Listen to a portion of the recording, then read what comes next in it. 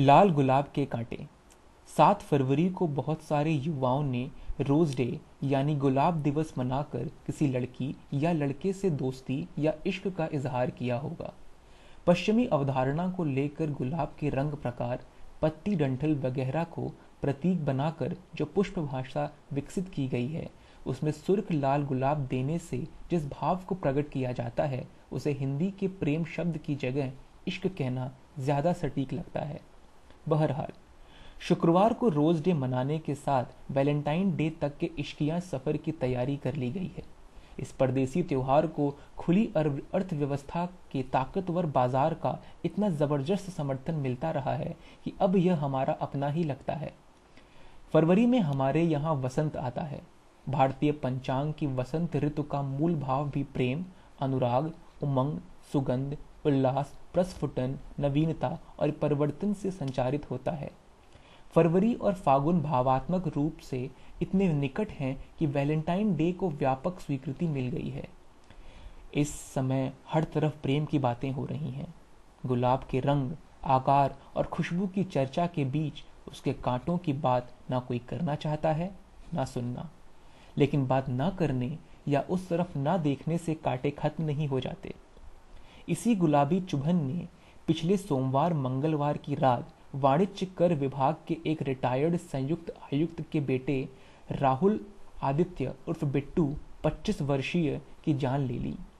उसने अपने वैलेंटाइन को बकायदा एसएमएस से सूचित कर आत्महत्या कर ली। नहीं सोचा कि उसके बूढ़े माता पिता पर क्या गुजरेगी। वह ISM Indian institute of mining Dhanbad का छात्र था। उसकी गर्लफ्रेंड ने बताया कि रात 12 बजे उसके मोबाइल पर 2 एसएमएस मिले थे, जिसमें उसने लिखा था, मैं खुदकुशी करने जा रहा हूँ, काफी तनाव में हूँ। वह पिता की तरह बड़ा अवसर बनना चाहता था।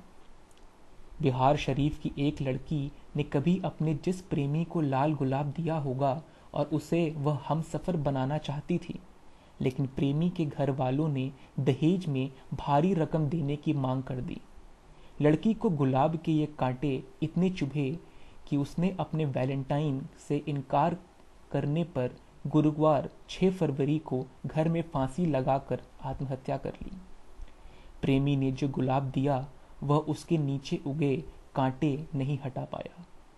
पिछले महीने 8 जनवरी 2014 सीवन की मनीषा को सगाई होने के बाद दहेज की मांग बढ़ने पर ट्रेन से कटकर आत्महत्या करनी पड़ी थी।